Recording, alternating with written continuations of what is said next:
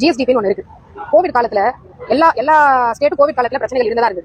அவங்களும் அதே கடன் தான் வாங்கினாங்க. அதாவது கடன் இல்லாம எந்த ஒரு வீடுமே நகலாதுதான். நம்ம வீட்லயுமே நம்ம கடன் வாங்கி தான் நிறைய விஷயங்கள் நடத்தும். அதே மாதிரி ஸ்டேட்டும் கடன் வாங்கி ஒரு நல்ல விஷயத்துக்கு பயன்படுத்திருந்தாங்கன்னா ரொம்ப நல்லது. அது எந்த விஷயத்துக்கு பயன்படுத்துறாங்க, அதனால மக்கள் பலன் அடைஞ்சாங்களான்றதான் கேள்வி. கோவிட் காலம் சொல்லி அவங்க அதையே இது பண்றாங்க. கோவிட் காலத்துல மகாராஷ்டிரா தான் இருந்தது, அவங்களோட குஜராத் தான் இருந்தது. அவங்களோட ஜிஎஸ்டிபி பர்சன்டேஜ் எடுத்து பாருங்களேன், வளர்ச்சி கணக்கு எடுத்து பாருங்களேன். அதையே அவங்களுக்கு புரிய மாட்டேங்குது. யாராச்சும் இந்த மீஷோ நிம்மியை கொஞ்சம் நிறுத்துங்களாண்டா.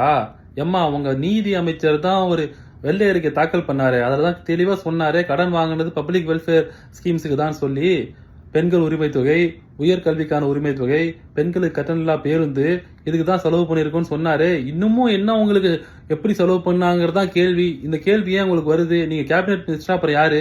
மகாராஷ்டிரா ஜிஎஸ்டி பத்தி பேசலாமே. நீங்க அப்படி மகாராஷ்டிரா ஜிஎஸ்டி பத்தி பேசலாம், நாங்க அப்படி பயங்கரமா பேசுறாங்களே அமைச்சர் பயந்துருவோமா?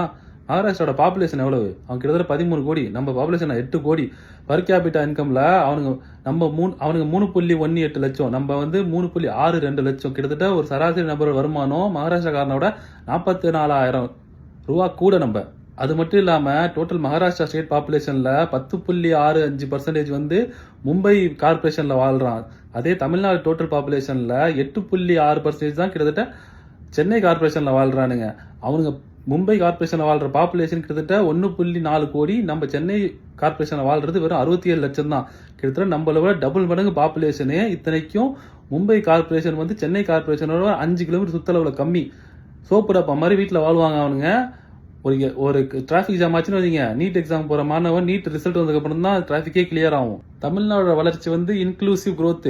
அதை நீங்க சும்மா டவுன் பிளே பண்ணிட்டு டிராவிடியன் மாடல்லாம் ஒன்றும் கிடையாது, முன்னாடி இருந்தாலும் ஒண்ணுமே பண்ணலன்னு பேசலாம். ஆனா நாங்க அவனை வச்சு செய்வோம்.